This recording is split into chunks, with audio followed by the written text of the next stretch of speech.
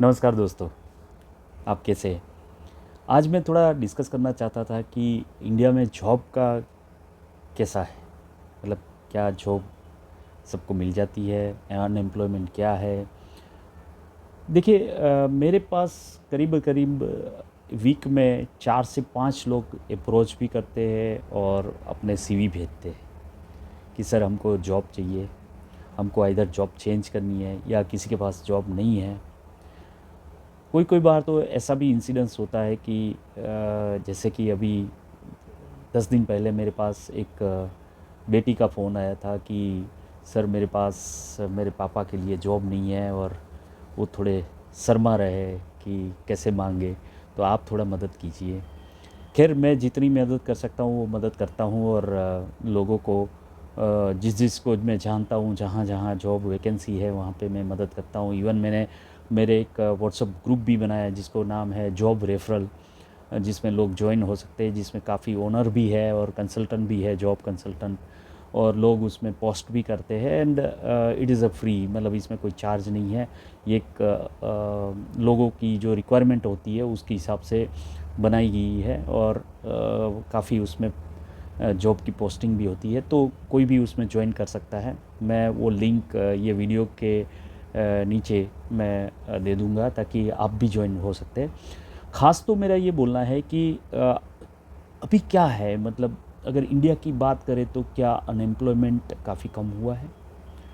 आज की तारीख में भी अगर बात करें तो 30% अनएम्प्लॉयमेंट है। क्या हम जो बात कर रहे हैं कि हमारी पॉपुलेशन 140 करोड़ की है, क्या इन लोगों को रोटी, कपड़ा, मकान, साबुन, तेल ये सब नहीं चाहिए? क्या हमारी मार्केट इतनी ग्रोथ नहीं है कि हम इतना एम्प्लॉयमेंट नहीं दे सके? मुझे तो कभी कभी ऐसा लगता है कि इतनी अगर पॉपुलेशन है तो कोई भी अनएम्प्लॉयमेंट का नाम होना ही नहीं चाहिए अपने देश में। लेकिन क्या करें, द फैक्ट इज़ फैक्ट। जो मैं बात कर रहा हूँ वो डेटा की बात कर रहा हूँ। सरप्राइजिंगली मुझे भी कभी कभी ये लग रहा है कि अगर कोई कोई कंपनी जो एमएनसी कंपनी की बात करे तो वो इतना कमा के जाती है अपने देशों में से, इतना धन बटोर के जा रही है, ऐसा मैं बोलूँ तो सही रहेगा कि जैसे पेप्सी है, 8,000 करोड़ का टर्नओवर है। ऐसे ही कोका कोला है, 12,800 करोड़ का टर्नओवर है, और हम 12,800 रुपीज़ पर मंथ का सैलरी पे नहीं कर सकते इंडिया में। वो हमारे लिए बहुत शर्मजनक बात है। हम बात कर रहे हैं कि हम 5 ट्रिलियन की इकोनॉमी बन जाएंगे। हम अभी 5th स्टेज पे है इकोनॉमी के कंपैरिजन में। तो ये जॉब कहाँ है? हम विकास की बात करते हैं, हम मेक इन इंडिया की बात कर रहे हैं, हम इतने नए नए प्रोजेक्ट्स आ रहे हैं, बट फिर भी आज भी देश में 30% अनएम्प्लॉयमेंट है। मैं कभी कभी देखता हूँ कि अगर डॉक्टर की बात करें, इंजीनियर की बात करें, आईटीआई की बात करें, मुझे समझ में नहीं आ रहा है कि क्या हो रहा है, क्यों ऐसा हो रहा है। तो थोड़ा समझते हैं हम। मैंने थोड़ा स्टडी किया था कि 10वीं 12वीं या 10वीं और 12वीं के ड्रॉप आउट की अगर टोटल इंडिया में हर महीने हर साल जो स्टूडेंट की संख्या है वो 3.33 करोड़ है, विच इज़ ह्यूज नंबर। और उसके सामने हमारे पास कॉलेज कितनी है, हमारे पास इंफ्रास्ट्रक्चर क्या है, वो भी मैं आपको बताता हूँ। जैसे कोई भी डॉक्टर, अगर किसी स्टूडेंट को डॉक्टर बनना है तो हमारे पास उसको एकोमोडेट करने के लिए जैसे 15 एप्लीकेशन आती है तो खाली एक एप्लीकेशन उसमें पास होती है और वो डॉक्टर बन सकता है। इसका मतलब सप्लाई भरपूर है, लेकिन हमारे पास इंफ्रास्ट्रक्चर है ही नहीं, हम डॉक्टर बना नहीं सकते। आज डॉक्टर बनने के लिए लोगों की रिक्वायरमेंट है, डॉक्टरों की काफ़ी ज़रूरत है इंडिया में। हम ये नहीं बोल सकते कि डॉक्टर अभी पूरे अवेलेबल है, नहीं, आज भी अच्छे अच्छे डॉक्टरों की बहुत कमियां है, लेकिन हमारे पास इंफ्रास्ट्रक्चर ही नहीं है ऐसे डॉक्टर बनाने के लिए। हमारे पास अगर इंफ्रास्ट्रक्चर भी है तो अगर मैं एक देख रहा था, करीबन करीबन हमारे पास हर साल 1,40,000 डेंटल को मिला के सीटें हैं। 1,40,000 डॉक्टर ही हम बना सकते हैं, लेकिन अगेन उसमें समस्या है फीस की।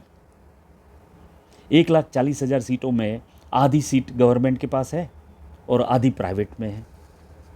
अभी अगर प्राइवेट की बात करें तो एक मैंने देखा था कि प्राइवेट में जो एक बॉम्बे की DY पाटिल मेडिकल कॉलेज है, उसमें अगर आपको डॉक्टर बन के बाहर निकलना है तो 1.5 करोड़ रुपए लगते हैं। और बाकी की भी अगर प्राइवेट कॉलेजेस है जिसमें करीबन करीबन 60 से 1 करोड़ का खर्चा है एक डॉक्टर बनने के लिए, और हम कहाँ पे है? 25,000 रुपये के नीचे की कमाई हमारी टोटल 90% ऑफ पॉपुलेशन के पास ही है। मतलब थोड़ा सिंपल लैंग्वेज में बात करें तो 90% ऑफ पॉपुलेशन इंडिया की वो 25,000 के नीचे की है। तो क्या ये डॉक्टर के एफोर्ड कर सकते हैं फीस? 60 लाख, 1 करोड़, 1.5 करोड़, ये तो खाली मैं फीस बता रहा हूँ। दूसरे खर्चे तो क्या होंगे वो तो मुझे भी पता नहीं है। और ये बनने के बाद, डॉक्टर बनने के बाद क्या इसकी एश्योरेंस है कि उसको जॉब मिल जाएगी? नहीं। जॉब क्या, उसकी प्रैक्टिस चलने लगेगी? क्या इतना इन्वेस्टमेंट करने के बाद उसको और इन्वेस्टमेंट नहीं करना पड़ेगा? हॉस्पिटल का, डिस्पेंसरी का, कुछ भी बोलो। खैर, ऐसा खाली डॉक्टर के लिए नहीं है। इंजीनियरिंग में क्या है? हम इंजीनियरिंग की बात करें, इंजीनियरिंग की अगर बात करें तो बहुत सरप्राइजिंगली फिगरें आ रही है मेरे पास। जैसे पॉपुलेशन बढ़ रही है और उसके सामने इंजीनियरिंग की सीटें कम हो रही है।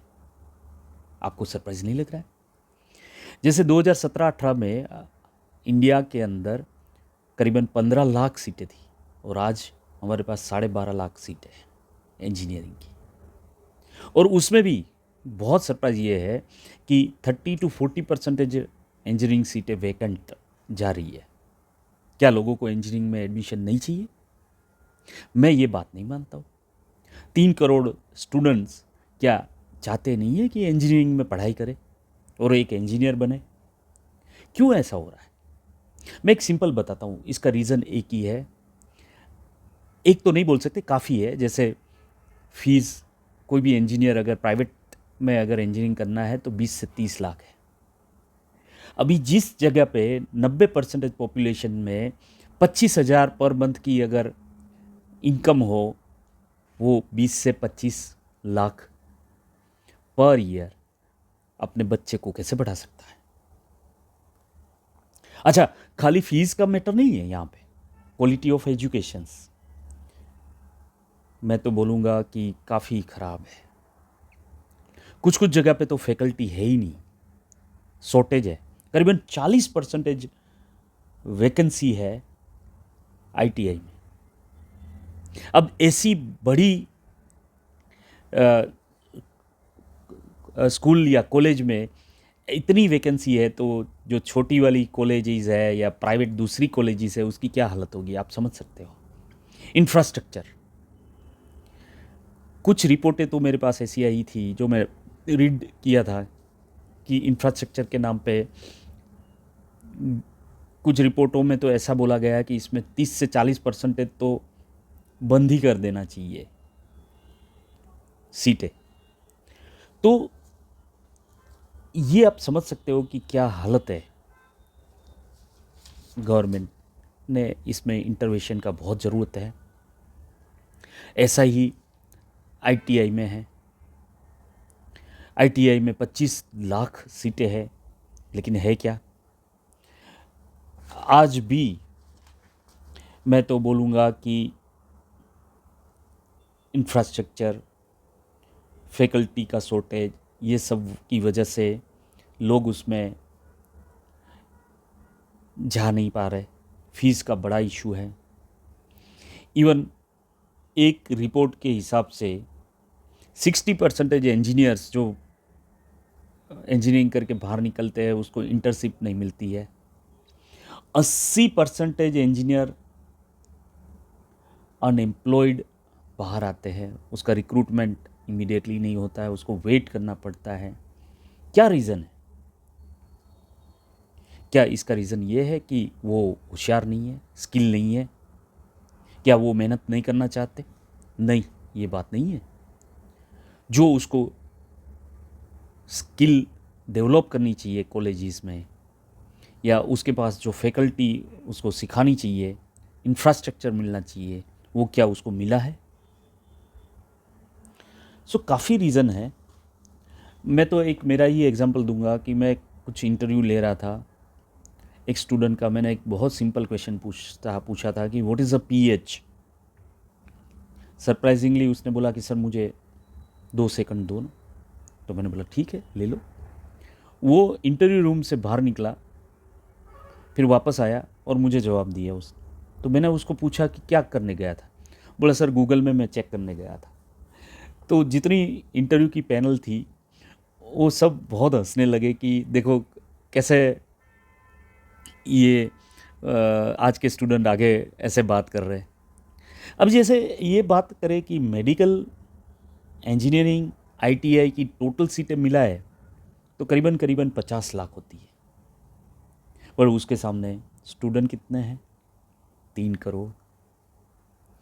अच्छा, इंजीनियरिंग आईटीआई में तो 50% वैकेंट जा रही है क्योंकि उसके पास इंफ्रास्ट्रक्चर नहीं है, फीस बहुत ज़्यादा है, फैकल्टी की शॉर्टेज है, क्वालिटी ऑफ एजुकेशन नहीं है। तो क्या ये जॉब अवेलेबल हो जाएगी? इसके ऊपर बहुत काम करना पड़ेगा। अच्छा, सामने जॉब की बात करें, कुछ उसमें भी मेरे पास डेटा है। जैसे 2016 में मैन्युफैक्चरिंग सेक्टर के पास करीबन करीबन 5.1 करोड़ जॉब थी और 2023 में वो 3.6%, मतलब सॉरी 3.6 करोड़ हो गई। इसका मतलब 30% job reduction in manufacturing sector of India. ये सरप्राइजिंगली, इवन जो जॉब कर रहे हैं उसके पास भी क्या जॉब सिक्योरिटी है? कुछ डेटा के साथ ही मैं बात करूंगा।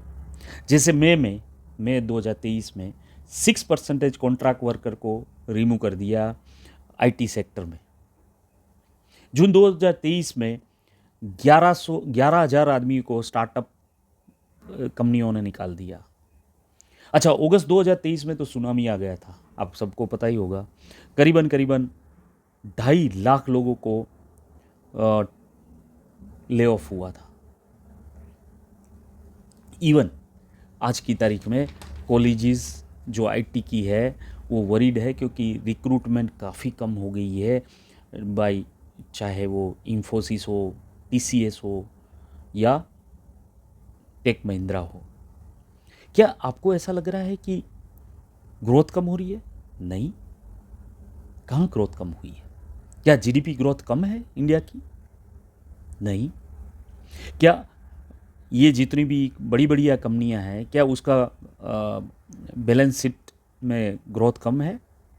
टीसीएस की बात करें तो वाई उन लोगों ने 9% का ग्रोथ किया है और 11.5 करोड़ का टर्नओवर किया है। इंफोसिस की बात करें 8,500 करोड़ का उन लोगों ने ग्रोथ किया है। क्या जो एम्प्लॉई वहाँ पे काम कर रहे हैं उसको शायद ये हो सकता है कि ज़्यादा काम देते हो, नया रिक्रूटमेंट कम करते हो, ऐसा भी हो सकता है। This my believe.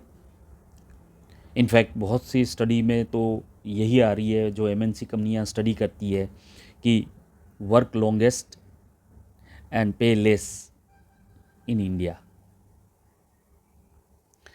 सो मेरा एक स्टडी ये था कि जब कोई कंपनियां बहुत बड़ी होती है, जो जिसका ग्रोथ रेट बहुत ज़्यादा होता है, उसका जॉब रेट कम हो जाता है। मैं एक एग्जांपल कोका कोला का लूँगा, जो 2012 में उसके पास 1.5 लैक्स एम्प्लॉय थे, जबकि इतना ग्रोथ करने के बाद 2022 में खाली 82,000 है। इवन अदानी जैसी कंपनी जिसका मार्केट कैपिटल 11 लाख करोड़ है, which is not small quantity, और खाली 43,000 एम्प्लॉई है। ट्विटर क्या, जैसे साढ़े 3 लाख करोड़ का टर्नओवर है, एम्प्लॉई खाली 1500 है। ये बहुत शॉकिंग है। इवन अगर बात करें तो गवर्नमेंट के पास खाली 10% जॉब है और प्राइवेट के पास 20% है। सो कैसे जॉब मिले, कैसे बैलेंस करें? एक कंपैरिजन के हिसाब से मैं देख रहा था कि हिंदुस्तान लीवर 58 करोड़ का टर्नओवर करके 21,000 लोगों को एम्प्लॉई रखते हैं। उसके सामने हैंडीक्राफ्ट 32 करोड़ का टर्नओवर करते हैं और 76 लाख लोगों को जॉब प्रोवाइड करते हैं। तो हमको क्या करना चाहिए? हमको ऐसे जो बिजनेसेस है, जो अनऑर्गेनाइज है, जो जैसे कि अमूल कॉरपोरेटिव कंपनी है, लिज्जत पापड़, ये सब में काफ़ी एम्प्लॉई वो लोग प्रोवाइड करते हैं, फिर भी प्रॉफिट में तो है ही, ग्रोथ तो है ही। आज अमूल कहाँ से कहाँ पहुँच गया। बट अगर इस जगह पे अगर फोकस करे गवर्नमेंट तो काफ़ी इसमें बेनिफिट होता है। एम्प्लॉई लेवल 30 से काफ़ी कम हो जाएगा, अनएम्प्लॉयमेंट लेवल। काफ़ी मुझे लग रहा है कि एजुकेशन के ऊपर ध्यान देना पड़ेगा। खाली लोन प्रोवाइड करने से नहीं होगा, मार्केट प्रोवाइड करनी पड़ेगी, इंफ्रास्ट्रक्चर प्रोवाइड करना पड़ेगा। तो ये सब जो इश्यूज़ है, जैसे आपने देखा स्कूल कॉलेजेस में वैकेंसी, जहाँ मेडिकल में बहुत हायर फीस है, इंजीनियरिंग और आईटीआई में फैकल्टी नहीं है, इंफ्रास्ट्रक्चर नहीं है, वैकेंट जा रही है। 3 करोड़ स्टूडेंट्स है, उसके सामने हार्डली 50 लाख ऐसे कॉलेजेस में सीटें हैं जो कुछ कुछ तो खाली जा रही है, बिकॉज़ वहाँ पे इंफ्रास्ट्रक्चर की, फैकल्टी का, एजुकेशन की इश्यूज़ है, स्किल की इशू है। तो क्या करें, कैसे जॉब के बिना काम करें? मैं तो ये सबको यही बोलूँगा कि जितने भी यूथ है, पहले तो अपने मोबाइल में फालतू चीज़ों को रिमूव करें, स्टेटस देखना बंद करें, कुछ गेम्स बंद कर दे। आजकल तो क्रिकेट का भी काफ़ी वो जो बैटिंग करते वो भी आता है, वो बंद करे, उसमें बहुत ज़्यादा टाइम जाता है। कुछ स्किल के ऊपर काम करे, अपनी एक स्किल, भले छोटा स्किल, कुकिंग स्किल पे काम करे। मैंने बहुत देखा स्टार्टअप कि जो कुकिंग करके क्लाउड किचन बनाते हैं, टिफ़िन सप्लाई कर रहे हैं। मैं जब उसको पूछा कि एक जो मेरे पहचान वाले हैं, how your business, he said sir excellent, मैं अगर जॉब करता तो इतना मुझे पैसा नहीं मिलता। कुछ ज्वेलरी का डिज़ाइन का एक मुझे लड़का मिला था। He study in engineering and then he started to learn the jewellery design, is doing very well. तो मैं तो समझ रहा हूँ कि आप कोई भी छोटा बिजनेस कर सकते हो, इसको स्किल डेवलप करके आगे बढ़ सकते हो, एंड इसमें 100% ग्रोथ का चांस है। अगर हम जॉब की वेट करते रहे और अपना टाइम वेस्ट करें तो कहीं ना कहीं मुझे लग रहा है कि इससे अच्छा है कि कुछ स्किल के ऊपर फोकस करें, कुछ एआई, आर्टिफिशियल इंटेलिजेंसी के आजकल बहुत चल रहा है, उसके ऊपर काम करें तो काफ़ी इसमें एम्प्लॉयमेंट मिल सकती है। फिर भी ये तो मेरे व्यू है, आप अपना सजेस्ट कर सकते हो। मैंने कुछ डेटा जो लिए है वो रिपोर्ट के हिसाब से है। इसमें डिस्क्लेमर यही है कि कोई भी मेरा डेटा मेरा खुद का नहीं है। काफ़ी सर्वे और काफ़ी डॉक्यूमेंट को रीडिंग करने के बाद मैंने ये बोला है। So thank you very much. And ऐसा कुछ आपका भी सजेशन हो और आप कुछ मुझे कनेक्ट करना चाहते हैं तो any time you can connect me. Thank you very much.